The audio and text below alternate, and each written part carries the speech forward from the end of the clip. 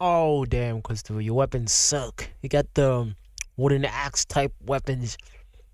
You need silver for that, man. Silver, iron to kill an orc, but like damn, man, you got the worst weapons. Weapon broke on impact. Realizing the situation was bad, Chris prepared himself, but the orc staggered before collapsing onto the ground. Really? It did not move. Chris wondered why it remained motionless and questioned whether he had really killed it with a single blow. It still showed no sign of movement. He convinced himself that the wound must have been so deep that it could no longer move. Oh, you developed I think he developed a poison ability because he's been eating so much rotten meat and actual poison that his body was able to reuse the poison into the axe. I assume that he ate it. Swinging his axe again, he struck it, causing No. Wait, sorry. wound must have been so deep that it could no longer move. Lies. Swinging his axe again, he struck it, causing blood to spurt. Thanks to his poison-resistant skill, he could still eat the meat even if it rotted. Since he had taken its life, he thought the least he could do was make its organs into something delicious. If there had been a source of clean water, he could have prepared it better, but he had no other choice. Dismantling the orc where it had fallen would make transporting it difficult, so he decided to carry the entire body back to his base first. Chris lifted the gigantic orc, finding it lighter than he had expected. After returning to the cave, he went back outside and looked around. The orc's body was enormous, and simply cutting it into smaller pieces would take a considerable amount of time. Damn. Even so, he ended up with a large supply of meat, making the exhausting day worthwhile. He set aside enough meat for that day and the next while planning to dry the rest. Although he wanted to eat some immediately, his entire body reeked of blood. He went to the muddy puddle and carefully washed himself, taking care not to be swept away by the muddy water. Later, he grilled the orc. Oh yeah, that's good, man. Christopher, you did it. I'm proud of you, man. You finally did some good stuff, huh? Is he not realizing that he has poison resistance? Like, he could probably reverse the poison? Meat. Probably. Orcs were humanoid monsters, and many considered eating their meat taboo, but given his circumstances, he could not afford to care. Holding a Really? skewer, he noticed that instead of the smell of rotten meat, it carried the aroma of fresh meat. The only remaining question was the taste. Chris cautiously took a bite. It was unbelievably delicious. But there's The meat no was salt! juicy, and a sweet aroma spread through his mouth, feeling as though it reached straight to his brain. It was an exceptionally delicious dish. Afterward, he even ate the portion he had intended to save for the following day. He had planned to try preparing it in different ways, but he abandoned the idea. Lying on the ground afterward, Chris recalled how he had defeated the orc. Orcs possessed thick hair and tough skin, something he knew firsthand after dismantling it himself. Beneath its layer So of you fat had realize? been muscles as hard as armor. Until now, it would have been impossible for him to inflict a fatal wound on an orc with a single strike.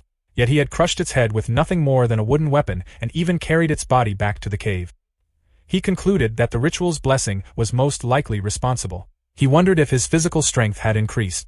Even if his blessing had made him a farmer, perhaps its enhancement ability made growing stronger much easier. However, it felt as though his strength had increased far beyond what should have been possible. Yeah. He questioned whether becoming stronger was a result of being defeated by Klaus.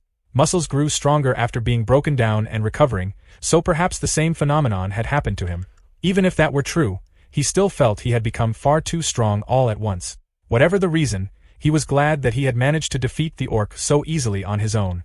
Morning arrived and sunlight streamed into the cave. Chris woke up, trained, cooked some meat, and remained there until nightfall. After eating once more, he packed his this is training orc. belongings and set out.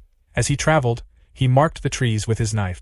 A month had passed since he entered the Peisha forest. He had finally finished eating all of the orc meat. In the past, he would certainly have thrown away A month? anything he could not finish, but now he understood the pain of having nothing to eat. Oh yeah, you living broke, man. That's good, Christopher. It's good to see a man go broke and understand the living of life. Hey yo, it's good to see you, Christopher. Hey yo, man, it's been a month, no training arc yet, but I'm first. Month passed. Christopher, you must be smelling dirty, buddy. Christopher, man, I need you to go get yourself a bath in that mud, cause damn, you stink, brother. Even though it had been a monster, he had killed it for food and could not bring himself to waste That's kind. any of it. Although he would have been able to live in the Peisha forest for a few more months, all of the orc meat was now gone. Surviving on nothing but the unpleasant plants would be difficult. Believing that things outside might have settled down by now, he decided to leave the forest and head toward a city. His current goal was to survive while training to become stronger. Thinking of his father and Klaus, he resolved to surpass them. Chris continued walking until he reached the stream. There, he washed his clothes and bathed. Emerging from the water, he gasped for air. He was relieved to have found the stream again. Besides the muddy water, he had only been collecting rainwater, and it had been a month since he had last tasted clean water. Simply drinking it filled him with emotion, reminding him of something he had once taken for granted. He returned to his clothes and realized he could not leave the forest wearing them. Instead, he tied the leather bag he had made from the orc's skin around his waist, deciding that it was probably better than being mistaken for an exhibitionist. At the beginning of Chapter 4, Chris continued walking day and night. What the hell? I just didn't want to wear this. Eventually, his jaw dropped as he realized he had arrived in Realzad. It was the neighboring city to the royal capital, Meldrake. The city was prosperous and crowded, and it was far enough from the town where he had lived to serve as a good hiding place. Above all, Klaus had likely been summoned to the royal capital after receiving the grace of the Holy Sword. Since Realzad was close to the capital, Chris could easily keep track of Klaus' movements while ensuring his own safety. He decided to use the city as his base. Chris noticed people staring at him and realized how much he stood out in his current clothes. He was relieved that the inspection to enter the city had been carried out according to standard procedure. A thorough weapons. Go in, sonny. inspection would have been dangerous for him. Reaching into his pocket, he considered what to do next. First, he was hungry and wanted to buy food. He also needed to find a place to stay and acquire proper weapons. For all of that, he needed money. He entered the props shop Gold Bone. The receptionist explained that anyone wishing to sell goods would be guided to the appraiser's room.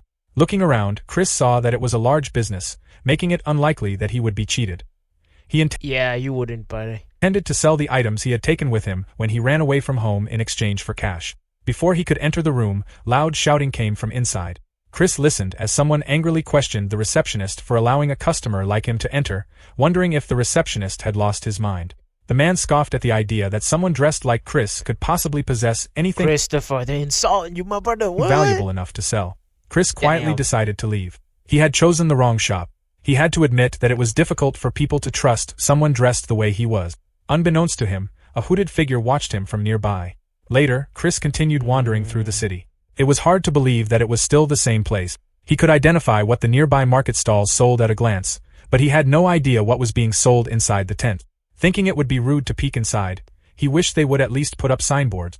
Suddenly, the hooded figure tugged on his elbow. Chris stopped walking and knelt, assuming the person was lost. Instead, the figure pulled out a small ball and threw it at his face. The ball burst on impact, splashing its contents over him. Chris winced and wondered what the girl was doing, but she immediately fled. Checking his bag, Chris realized his belongings had been She stole from you. Run, nigga. stolen and cursed under his breath. He immediately gave chase. Looking around, he soon spotted the girl again. She ran swiftly through the street. Chris realized she was extremely skilled at escaping and seemed accustomed to weaving through crowds, but he eventually caught her. Holding on to her, Chris scolded her for taking advantage of other people's kindness to steal. The girl glanced at him and struggled to get free. Chris warned her not to shout or he would punch her. As the hood slipped off, Yo, he really about to punch anybody. Yo, Christopher, calm down, man. They're hungry, he brother. realized she was not a child as he had first assumed, but someone around the same age as himself. girl- No. That can't be. Maybe she's shorter. Damn. Girl became visibly nervous. Chris suddenly felt as though he was the one doing something wrong. She stole from you. What? What's happening? What's happening? Asked why she had stolen his belongings. She remained silent. Noticing that she was covering her mouth, Chris pointed out that he could not understand her if she refused to speak. The girl finally admitted that she was afraid of being beaten if she said anything. Chris responded that he would beat her if she refused to answer. Sobbing, she confessed that there was no special reason. If there had to be one, it was simply to survive. Chris Really? awkwardly told her not to ask him. She explained that surviving was the reason she had become a thief. Chris wondered why she had targeted someone like him instead of a wealthier person. He could not tell whether she was lying or simply foolish. Recognizing her skill, Chris remarked that it could not have been her first time stealing. He asked whether she had parents, and she admitted that she did not. He then asked if she had any accomplices. She hesitated, thought for a moment, forced an awkward laugh, and claimed that she had none. Chris immediately realized she was a terrible liar. Threatening to hand her over to the soldiers if she continued lying, Damn. Chris watched as she begged him not to do so. Christopher, He you know demanded your that she stuff. stop lying and tell him the truth. In reality, Chris had no desire to involve the authorities since he wanted to avoid them himself. The girl finally confessed that she did have accomplices. They all lived together in an abandoned building. Chris then asked how many there were. The girl admitted that, including herself, there were 2 people. Chris understood and asked whether the other person living with her also worked as a thief. She replied that he did. Judging from her reaction, Chris believed she was telling the truth. Damn. He patted her on the head Really, man? and asked Oh, he's gonna steal their house. where the person living with her was and whether they were nearby. Chris concluded that if she could make it back there, she would be safe. Meanwhile, a young man sat inside an old building, wondering why the girl had returned so late. He gradually became worried, fearing that she might have been caught. A short while later, the girl arrived and admitted that she had been caught. The young man immediately cursed and drew Put his down sword. the sword. Chris warned that if he attacked, he would not hold back either. The girl quickly told Ralph to lower his weapon. Ralph pointed out that the girl had already been captured anyway and questioned why she had brought Chris there. The girl explained that Chris had threatened to hurt her if she failed to bring him along. Chris observed Ralph carefully. From Ralph's stance, he could tell that he had some knowledge of martial arts and swordsmanship, but his balance was poor. Even if Ralph fought seriously, Chris judged that he would not be a match for him. Ralph asked what Chris wanted, insisting that they had no money if that was his goal. Damn. Chris explained that he had only come to warn them that if they tried to steal from him again, he would not show any mercy. Both of them looked puzzled. Ralph asked if that was all. Chris released the girl and decided that simply giving a warning would be a waste. Rather than demanding money, he wanted information in return. Having only recently arrived in Realzad, he admitted that he was So he needs them for information. unfamiliar with the city. He asked the 2 of them to show him the way back to the central district. Ralph replied that if that was all Chris wanted, then there was no problem. Chris turned to the girl, referring to her as the redhead, and asked if she agreed. She wondered whether she had to help as well. Chris decided that she did, since she had been the one who had stolen from him in the first place. Chris considered information about the city to be extremely valuable since he knew almost nothing about it. He then asked for their names. Ralph immediately refused, declaring that Chris should not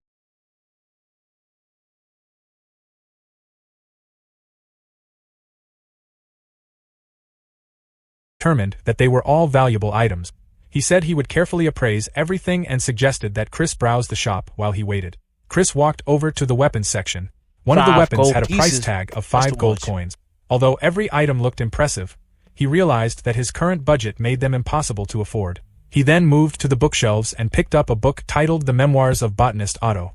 Chris had never heard of the author, and the title did not seem particularly interesting, yet it somehow caught his attention. If it had been inexpensive, he would have bought it, but the price was 3 gold coins. It was a rare ancient book, making it far too expensive. With such a high price, Chris assumed there had to be something special about it. Hesta asked whether Chris could read the writing. Chris replied that he could, explaining that he had been taught since childhood. He then asked whether Hesta could not read it. She muttered something before falling silent and dismissing the matter.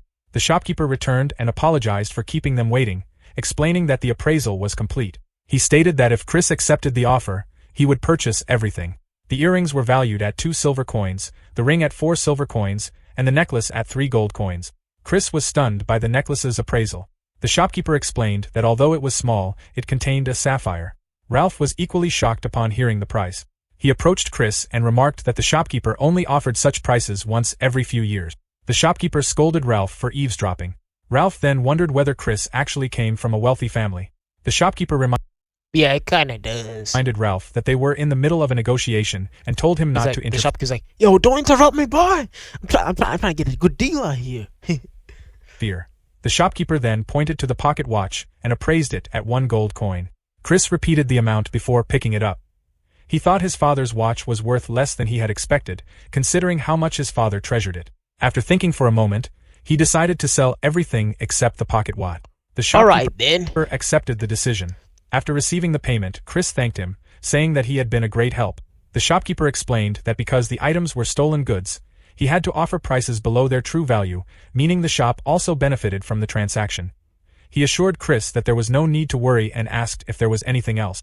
Chris initially replied that there was not, but then remembered one thing that had caught his attention: the book. The shopkeeper remarked that very few people ever noticed it. It was a book in which he himself had a great interest. Although its author was neither famous nor known for any remarkable achievements, he believed the contents were so exceptional that, in the hands of someone knowledgeable, it surpassed any other literary work. Damn, That was why he had priced it shopkeeper's good.